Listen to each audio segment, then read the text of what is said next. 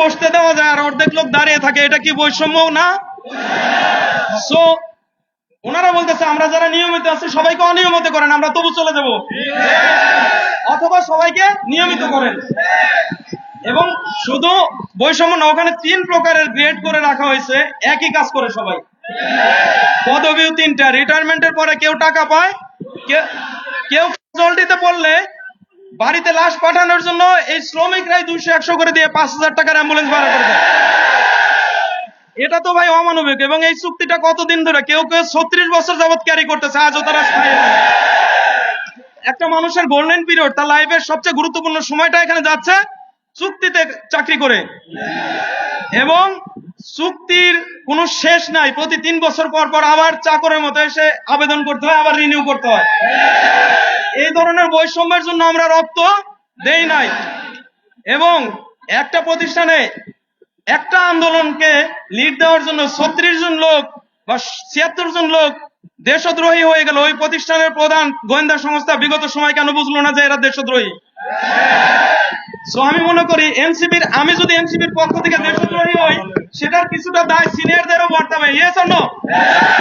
আপনারা কি আমাকে দেশদ্রোহী 1 বছর পরে পেলে শেষে 1 মাসে 1 দিনে আমাকে দেশদ্রোহী মামলা করবেন? এটা কোন ধরনের অথরিটি, কোন ধরনের প্রতিষ্ঠানের প্রধান যে প্রধান হয়ে এদের নামে দেশদ্রোহী মামলা করতে পারে?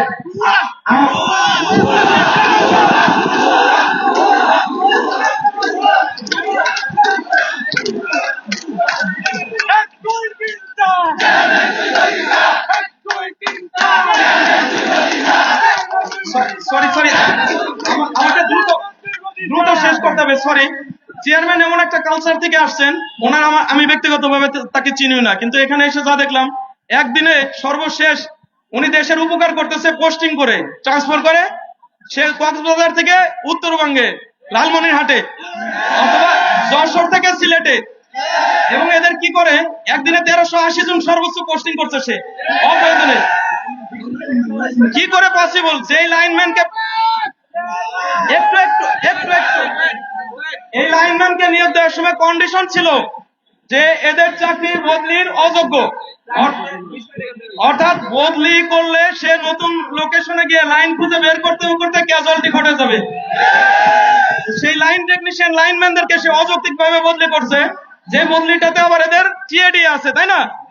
সরকারি মাল দরিয়ামে ঢাল, সম্ভবত 17 থেকে 20 কোটি টাকা সে অপচয় করছে। যাই হোক, আমি তথ্যগুলো যেগুলো দিলাম যথেষ্ট, এবং আমরা আমাদের কেন্দ্রীয় নেতৃবৃন্দের কথা শুনবো, এবং তাদের কাছে আমাদের সকলের পক্ষ থেকে প্রাণের আকুল দাবি যে তারাই বৈষম্য বিরোধী কাজগুলো করতেছে। প্রতিষ্ঠান বা প্রাতিষ্ঠানিক বৈষম্য দূরকরণের জন্য পল্লী বিদ্যুৎ অন্যতম একটা খাত। এখানে বৈষম্য না থাকলে আমরা 14 কোটি লোক উপকৃত হব। এই 14 কোটি লোকের দিকে তাকে আমি আমার অবস্থান থেকে আপনাদের পক্ষ থেকে এনসিপি নেতৃবৃন্দের কাছে আহ্বান জানাচ্ছি, আমাদের শুধু একটাই দাবি, বৈষম্য দূরকরণ, চাকরি নিয়মিতকরণ, এই তো। আর অন্যান্য যে বিষয়গুলো আছে এগুলো নেতারা মিলে আলোচনা করবে। এই আহ্বানটাকে আমি শেষ করছি, তাদেরকে ধন্যবাদ। আসসালামু আলাইকুম।